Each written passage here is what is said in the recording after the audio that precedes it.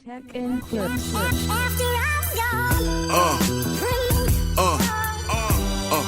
Yeah. Hello guys, welcome back to the channel. So shout outs to the channel Grunge for this video titled Why There Will Never Be Another Musician Like Prince. Yes, this is like a 20 minutes in the video, so we better not waste time. Let's watch it and I'll definitely give my perspective at the end of the video. I hope that you guys will stick with me till then. Let's go. Prince redefined rock with a style and sound that was unmistakably his own. From his boundary-pushing persona to his unmatched musical talent, here's why there will never be another musician quite like him. When he was growing up, Prince was something of a musical sponge, listening to any and all music he could and absorbing it. From Jimi Hendrix to Grand Funk Railroad, his influences coalesced. As a teenager, he formed a band, Grand Central, and began getting booked at school dances and proms, which meant he had to learn how to play the top 40 hits of the day in order to appeal to as many teens as possible. With all those varied influences commingling, Prince grew comfortable operating within a wide range of musical genres. That came to be evident in his eclectic body of work, spanning from rock anthems to straight-out funk. Many of his hits blended these seemingly opposing styles into a cohesive whole that can only be described as Prince music. Perhaps the most obvious example of Prince's genre bending is funk and roll, a blend of guitar-driven rock with R&B, funk, and dance music. That ultimately proved to be Prince's superpower, allowing him to attract a diverse array of fans with music that transcended race and genre. I have nothing else to prove. I feel like the greatest performer that I could have been. While Prince the recording artist was bold, experimental, and brilliant, Prince the live performer was explosive. Borrowing dance moves from legends like Michael Jackson and James Brown, Prince commanded the stage like few other performers. Case in point, his brief but utterly show-stopping performance at the 2007 Super Bowl halftime show. Prince was also a tough-as-nails band leader who expected the same precision from his fellow musicians that he expected from himself. Inspired by Brown's practice of finding band members who hit a bad note, he began to do the same thing, once finding his bass player $1,200 for a single gig. In a 2011 interview with The Guardian, Prince characterized himself as a loving tyrant, saying, "I'm probably the hardest band leader to work for, but I do it for love."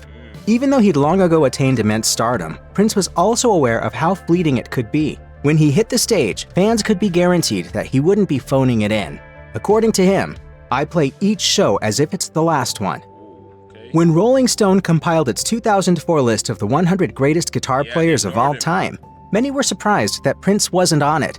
For anyone who had ever witnessed him rip into a guitar solo, this omission was as insulting as it was baffling. Later that same year, he appeared at the Rock and Roll Hall of Fame induction ceremony. Among those being inducted was the late Beatle George Harrison, and Prince was part of the all-star band on stage for a live performance of Harrison's While My Guitar Gently Weeps. Standing alongside a group of rock royalty that included Tom Petty, Prince stepped up to take on the song's iconic guitar solo. Fiercely unleashing on a Fender Telecaster, Prince blew the roof off the place with fiery fretwork that is still considered legendary. It was an act of vengeance aimed at Jan Wenner, Rolling Stone's then publisher and co-founder of the Hall of Fame. In an interview with the New York Times, the show's producer Joel Gallen recalled that Prince's solo during the rehearsal was tame and muted compared to what he unleashed at showtime, leaving everyone stunned. Petty was also particularly impressed with his musicianship, telling the Times, "He just burned it up. You could feel the electricity of something really big's going down here." Prince was still a teenager when he was signed to a record deal with Warner Brothers and entered the studio to record his 1978 debut album, For You. Released when he was 19, For You was distinctive in that it not only introduced Prince's unique sound, but that he'd played every single instrument on the album, all 27 of them. The key to longevity is to learn every aspect of music that you can. The credits on For You say that every track was produced, arranged, composed, and performed by Prince. That feat made him the youngest artist in the label's history to produce his own album and play every instrument on it.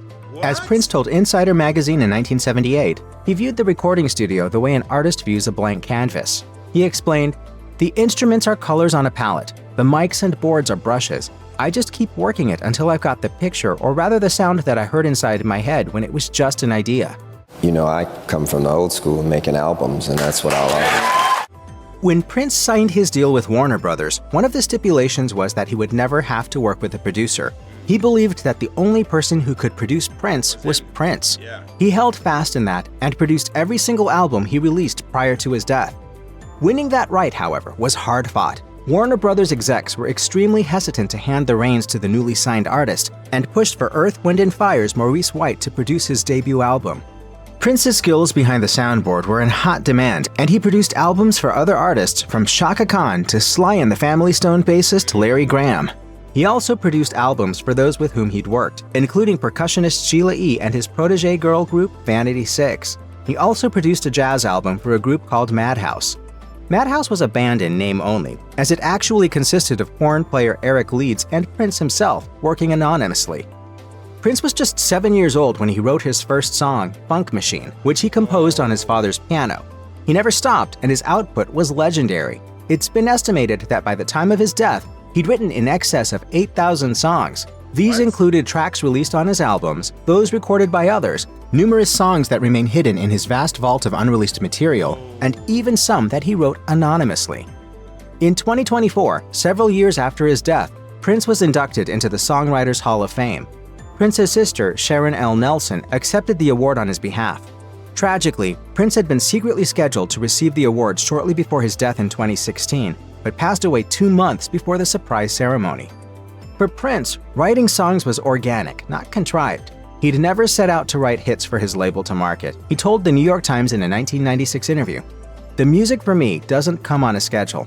The main idea is not supposed to be, how many different ways can we sell it? That's so far away from the true spirit of what music is." The songs that Prince wrote were just as memorable for their catchy hooks as they were for his brash, insightful, and often controversial lyrics. A single line in Little Red Corvette tells listeners everything they need to know when Prince sings, "I guess I should have known by the way you parked your car sideways that it wouldn't last." And to say that the psychedelia-infused lyrics of When Doves Cry place a distinct picture in one's mind is a major understatement. Prince took his songwriting to a whole new level with the socially conscious Sign of the Times, tackling both the AIDS crisis and gun violence in the opening line when he referenced a big disease with a little name, and teenagers on the streets high on crack toting a machine gun. Prince was well aware that the lyrics of his songs would have a cultural impact, and he explained his motivation as a lyricist in a 1999 MTV interview. The truth is that you either are here to enlighten or discourage.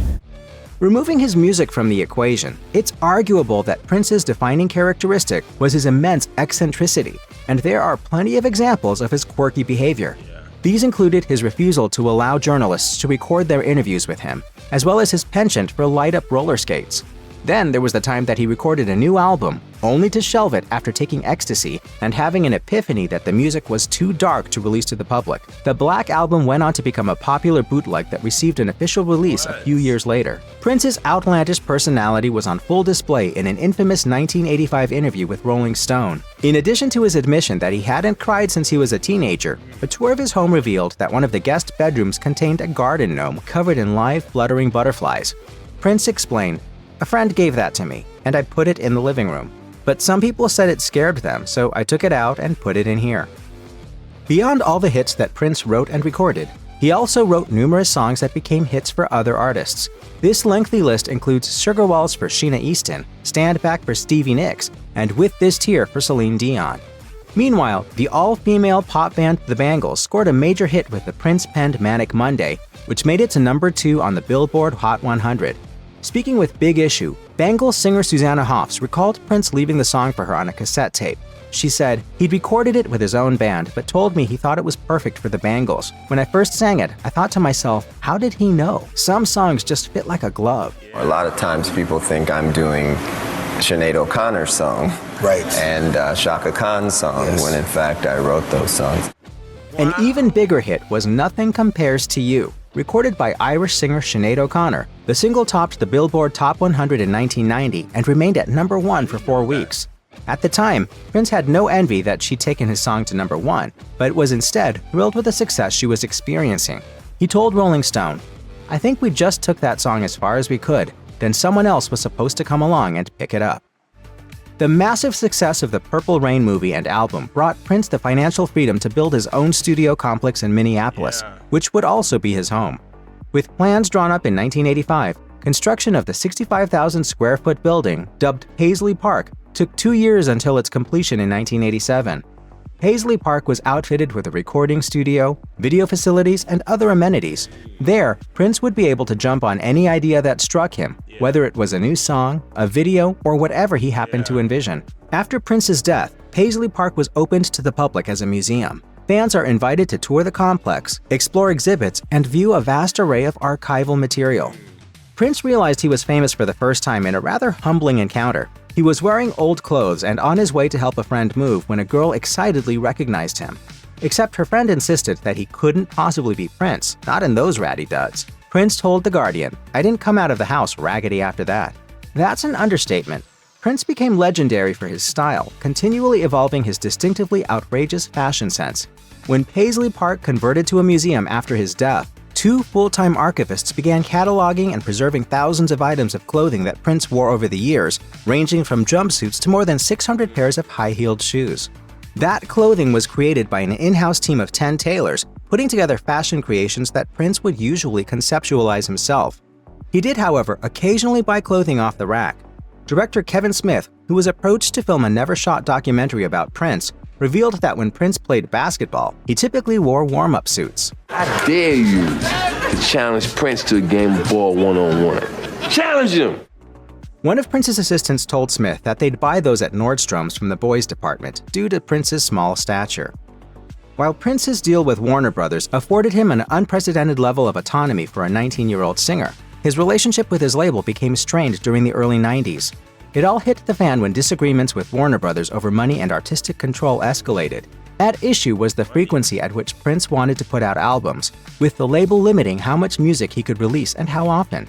Prince explained in an interview with Reuters, "Warner wanted a record only every 18 months. I could release a record every 7 months. I could not record when I wanted to." Another sticking point was royalties, particularly over his blockbuster Purple Rain album, which continued to be a hot seller a decade after its release. Prince complained, "I still get the same money for Purple Rain as I did then." Rather than keep those battles in the boardroom, Prince decided to take it all public when he began appearing in his concerts with the word slave written on one of his cheeks, a highly provocative move for a black artist.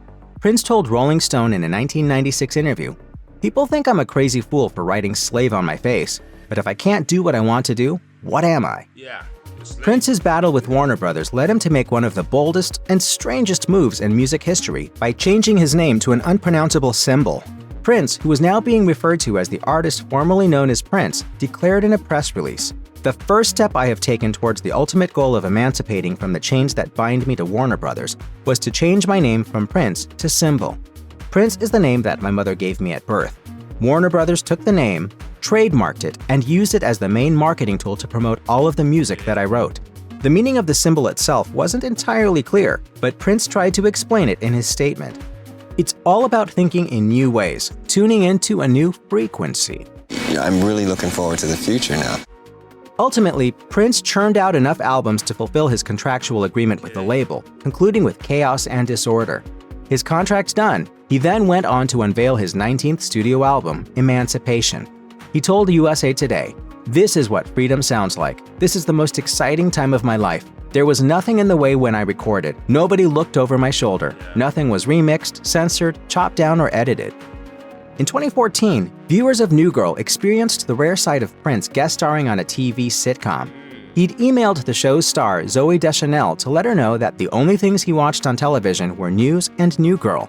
Producers jumped at the opportunity to bring him onto the show, but Deschanel admitted that she was a bundle of nerves when he arrived on set. She told the Minneapolis Star-Tribune, "It's safe to say that anyone who only goes by one name is going to be intimidating. He's a cultural icon." According to her co-star, Hannah Simone, Prince was open to the experience. She said, "We do some strange stuff on the show, and he was up for all of it. I heard he had a really good sense of humor, and he really does. He was wonderful, incredibly open, sweet, and charming." A decade after that 2014 episode, however, Simone revealed that Prince had an ulterior motive for appearing on the show.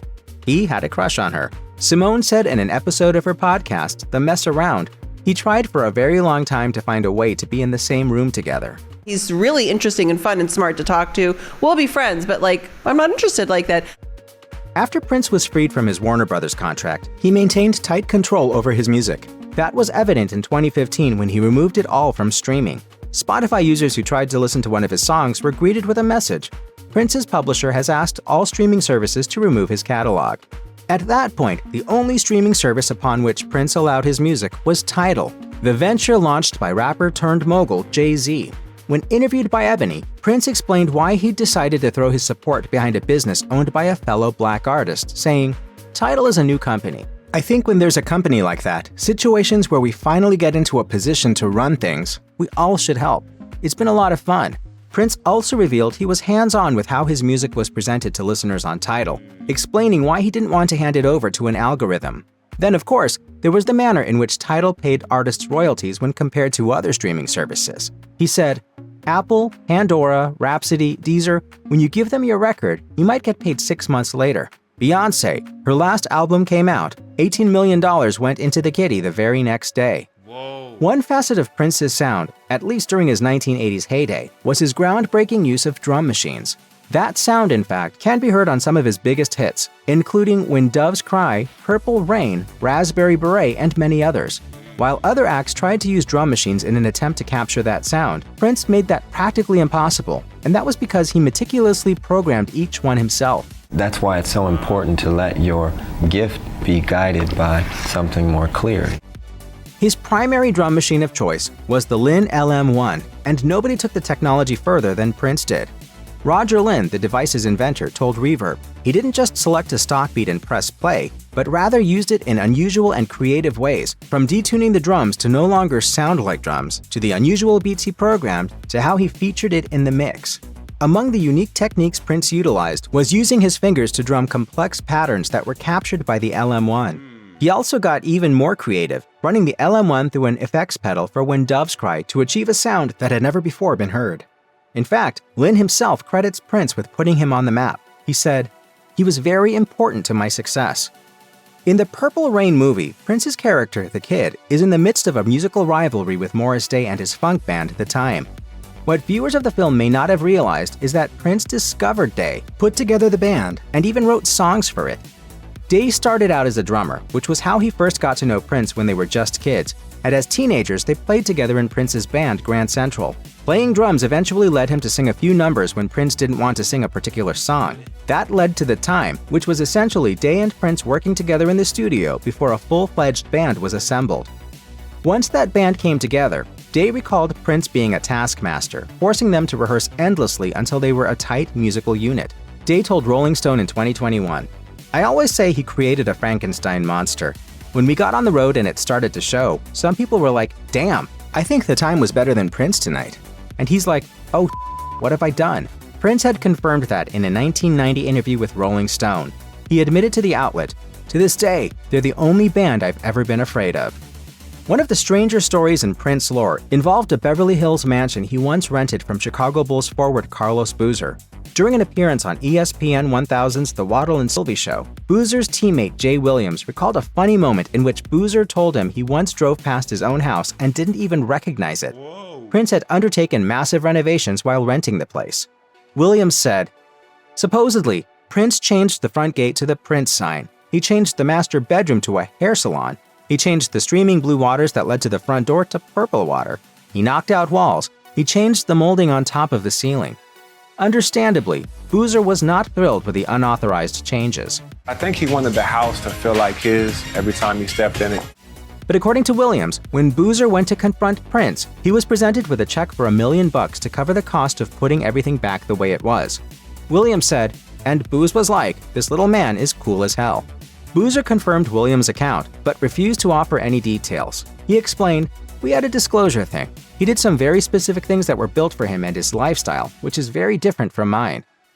Prince certainly wasn't the first rock star to flirt with androgyny, but there's no arguing that he took it to a level beyond any of his predecessors. He made that pretty clear in the lyrics to "I Would Die For You" when he sang, "I'm not a woman, I'm not a man, I am something that you will never understand."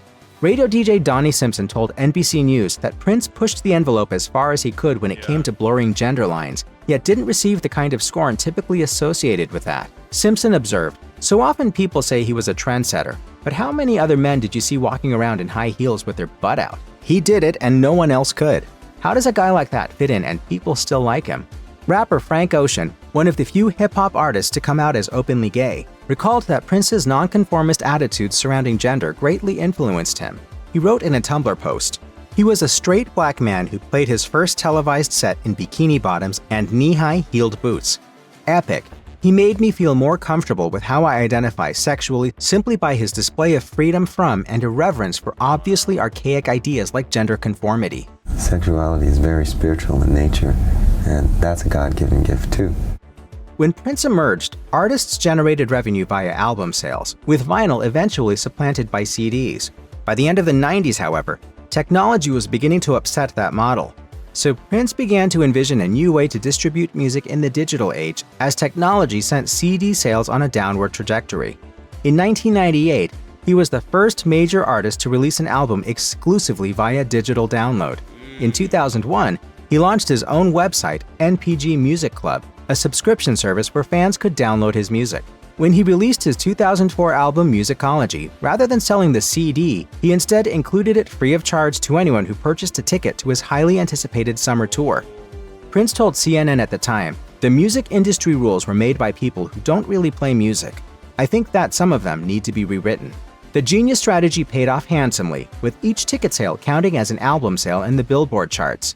When the dust settled, Prince's tour had raked in close to $90 million, the album went double platinum, and interest in Prince's back catalog had surged in the face of the career resurrection he'd engineered all on his own.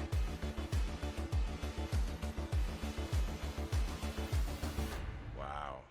Okay, guys. Yeah, so that was Prince and why there will never, be another musician, like him.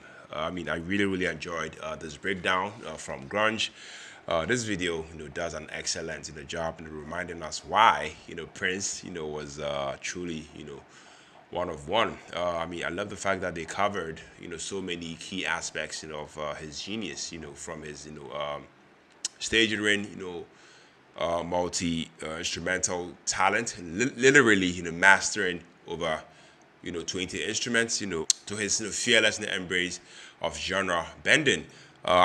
This documentary also nailed how Prince was both a pop star and a complete enigma, which is incredibly rare, in today's hyper accessible world. One of my favorite segments, was when they discussed how he fought so hard, for artists, rights and ownership, long before it became a mainstream conversation. It's honestly inspiring if you ask me. Prince wasn't just ahead of the curve, musically. He was ahead of the music industry itself. So yeah. If I have any critique, is that I wish the video, dove even deeper, into his live performances. They touched on it, but if you've ever watched, Prince, tear it up, at the Super Bowl, or that legendary rock and roll, Hall of Fame guitar solo on, While My Guitars, Gently Weeps, when it comes to live performances, Prince was untouchable. Overall, this video is definitely a solid reminder, that Prince, didn't just make music, he lived it, and he breathed it, and became it, in a way, we might never, see again. Makes me want to go, spend Purple Rain, all over again. But yeah, shout out to Grunge, for this, insightful video. I really enjoyed, every second watching it. Let me know what you think about this video down in the comment section. Let me know if you want me to continue doing contests and such as this one. I'll be so glad, to do just that. Thank you for tuning in. Thank you for watching. My name is Philip. On to the next reaction. Take care. Stay safe. Peace out.